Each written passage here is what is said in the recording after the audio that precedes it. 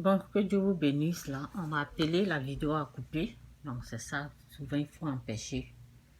On ne peut rien faire. Souvent, les gens appellent. Voici leur site. OK? Voici ça. Donc, écrivez ça. Et puis, bon, on continue. Je parle du péché. Toi-même, tu es marié légalement devant Dieu et les hommes. Tu n'es pas divorcé. Et tu es dans péché sexuel.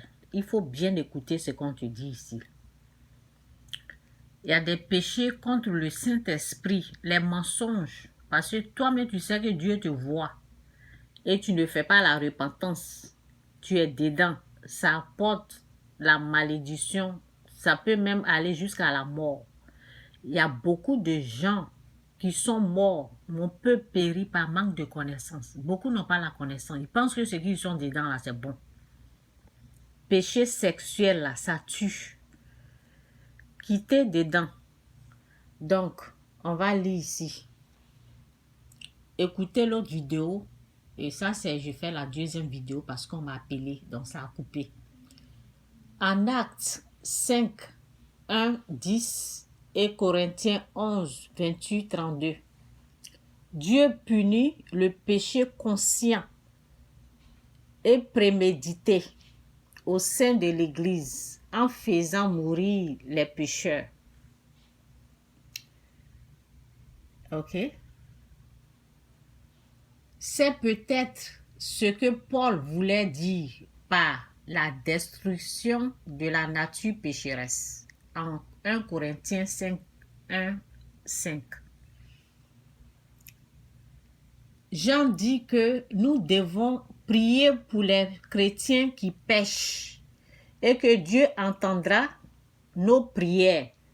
Mais il peut arriver qu'à un moment donné, Dieu décide de faire mourir un croyant qui persiste à pécher sans se repentir.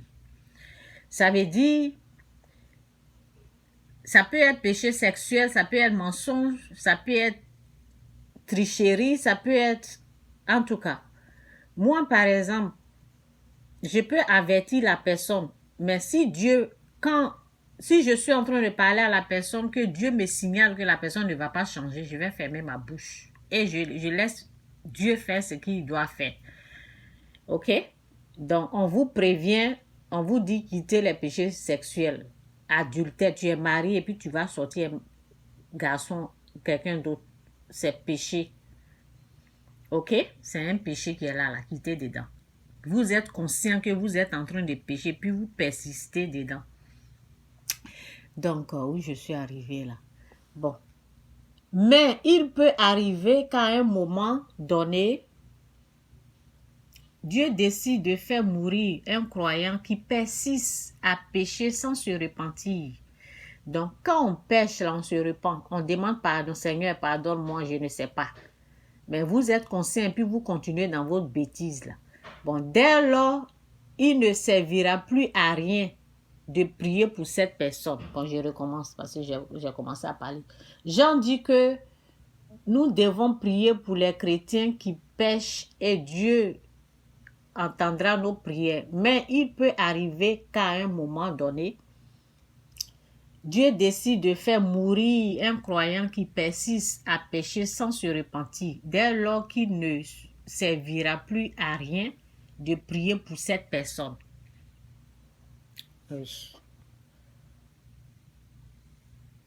Dieu est juste et bon, et il fera de nous une église glorieuse, sans tache, ni ride, ni rien de semblable, mais la sainte et irréprochable.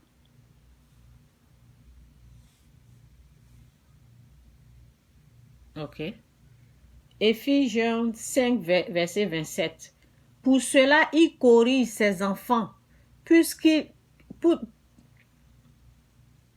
pour cela, il corrige ses enfants, puisse-t-il nous préserve de la dureté du cœur qui nous fera comme... Qui nous fera... Qu'est-ce que j'ai dit là? Excusez-moi. Je reprends. Puisse-t-il nous préserve de la dureté du cœur qui nous fera commettre le péché qui mène à la mort. Ok, donc j'ai fini de lire, je vous ai dit, j'ai sûrement complété l'autre, parce que j'étais en train de lire et puis bon, quelqu'un m'a appelé, ça a coupé. Donc que Dieu vous bénisse, je m'arrête là. Quand vous êtes conscient que vous êtes en train de pécher, là, il faut se repentir. Parce que si vous persistez dans la bêtise, là, ben, c'est la mort qui va vous trouver là. Donc, aujourd'hui, moi, je parle de péché sexuel. Tu es marié, tu sais très bien que tu es marié, mais dans ça, là, tu vas sortir avec les hommes.